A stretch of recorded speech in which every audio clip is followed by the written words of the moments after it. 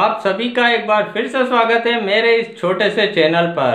आज के इस वीडियो में मैं आपको बताऊंगा कि अगर आप मैन्युफैक्चरिंग बिजनेस को शुरू करना चाहते हो लेकिन आपके पास उतना कैपिटल नहीं है किसी भी मैन्युफैक्चरिंग बिजनेस को शुरू करने के लिए, तो भी कोई परेशान होने की ज़रूरत नहीं है। इस वीडियो में वही चीज़ मैं आपको बताऊंगा कि आप मैन्युफैक्चरर से कई गुना ज़्यादा किस तरीके से कमा सकते हो।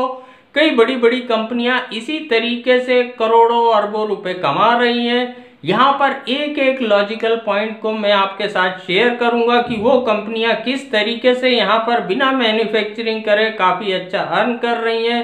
तो आप भी जिस भी प्रोडक्ट की मैन्युफैक्चरिंग यूनिट शुरू करने के बारे में सोच रहे थे, उसी प्रोडक्ट से आप भी लाखों करोड़ों रुपए इजीली कमा सकते हो बिना मैन्युफैक्चरिंग करे हुए। तो चलिए वीडियो को शुरू करूं उससे पहले एक मैं सब्सक्राइबर के सवाल का जवाब दे देता हूं। उसने मुझसे पूछा था, सर आपने यूट्यूब से कितना पैसा कमाया?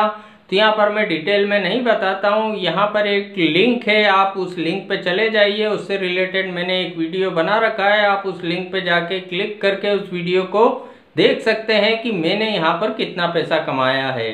अब चलिए वीडियो को शुरू करते हैं। जैसे मैंने कहा, अगर आप मैन्युफैक्चरिंग बिजनेस शुरू करना चाहते हैं, आपके पास इतना कैपिटल नहीं है और आप कैपिटल को रिस्क में डालना भी नहीं चाहते हैं लेकिन पैसा अच्छा कमाना चाहते हैं, तो किस तरीके से एक मैन्युफैक्चरर से ज़्यादा अच्छा कमा सकते हैं। अब यहाँ पर ये बात मैं शुरू करूँ उससे पहले मैं कुछ कंपनियों के उदाहरण आपको बताऊँगा, तो अपने आप आपको काफ़ी चीज़ें क्लियर हो जाएंगी। कई बड़ी बड़ी कंपनियां हैं, जैसे कपड़ों की है, ब्रांडेड शर्ट्स हो, ब्रांडेड अंडरगारमेंट्स हो। आपको क्या लगता है ये खुद मैन्युफैक्चरिंग करती हैं? ये खुद मैन्युफैक्चरिंग नहीं करती, ये मैन्युफैक्चरिंग करवाती हैं। ये क्या करती हैं, कोई भी टेक्सटाइल कंपनी हो उनको ऑर्डर्स दे देती हैं कि भाई इतनी लाख शर्ट आपको बना के देना है, आपको लाख अंडरगारमेंट बना के देना है, आप कॉस्ट हमें बता दो। उन्होंने कहा भाई 50 रुपये में आपका एक अंडरगारमेंट हम बना देंगे।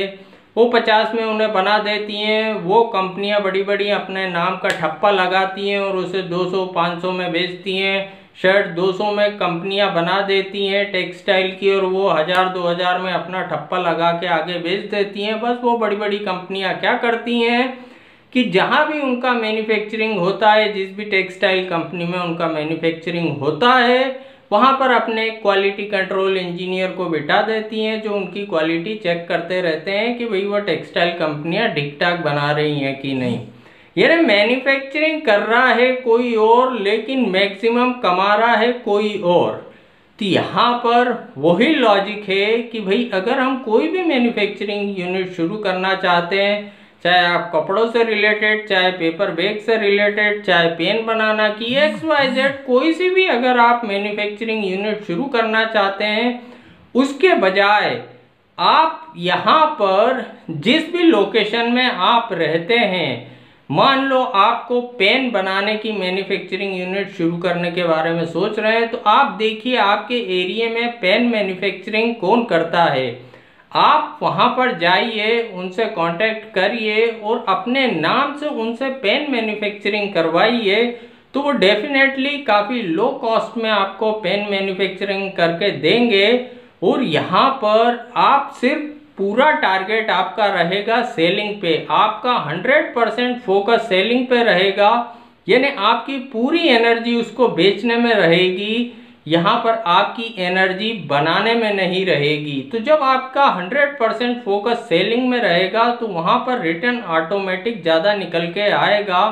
और यहाँ पर होता क्या है कि हम मैन्युफैक्चरिंग यूनिट शुरू करते हैं, उसके लिए काफ़ी कैपिटल की ज़रूरत होती है, स्पेस की ज़रूरत, मशीनों की ज़रूरत होती है, एम्प्लॉइयों की ज़रूरत होती है और 50 तरीके की और कैपिटल की ज़रूरत होती है।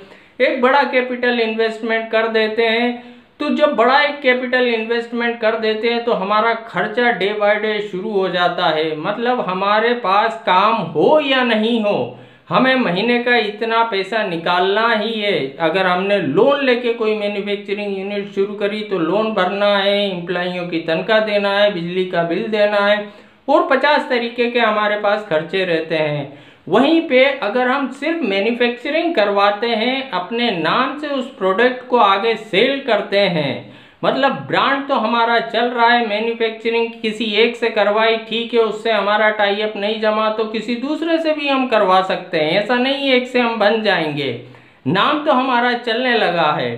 अब अगर हमें लगता है कि यार ये प्रोडक्ट हमें सूट नहीं कर रहा है, इस प्रोडक्ट को हम बेच नहीं पा रहे, तो किसी दूसरे प्रोडक्ट के बारे में हम सोच सकते हैं। लेकिन अगर हमने कोई मैन्युफैक्चरिंग यूनिट डाल ली और फिर हमें लगा कि यार ये प्रोडक्ट हम बेच ही नहीं पा रहे हैं, ये मैन्युफैक्चरिंग यूनिट हमारी चल नहीं पा रही है, तो हम उसे इजीली बदल नहीं सकते।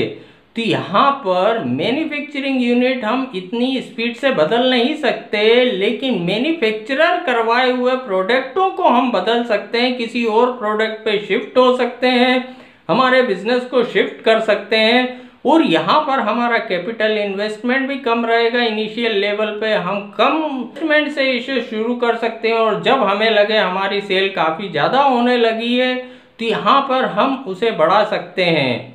तो अब अगला सवाल ये आता है कि अगर मैं हर मैन्युफैक्चरर की लिस्ट आपको दूं, तो मान लो आप वीडियो मेरा 1000 किलोमीटर दूर से देख रहे हो, लेकिन मैन्युफैक्चरर की लिस्ट जो मैं यहाँ की दे दूं तो वो एक कॉस्टली हो जाएगा। हर एरिया में इजीली हर प्रोडक्ट के मैन्युफैक्चरर अवेलेबल होते हैं, आपको इजीली मिल जाएंगे। जिस भी प्रोडक्ट की आप मैन्युफैक्चरिंग शुरू करवाना चाहते हो तो आप उन्हें सर्च कर सकते हैं, उन्हें कांटेक्ट कर सकते हैं, उनसे डील कर सकते हैं, क्या रहेगा, कितने में आप मैन्युफैक्चरिंग करके दोगे, और आप खुद डिसाइड कर सकते हैं आप उसे कितने में इजीली सेल कर सकते हैं।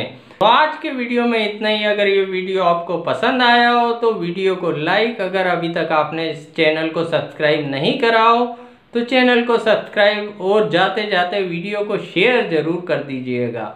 Thank you.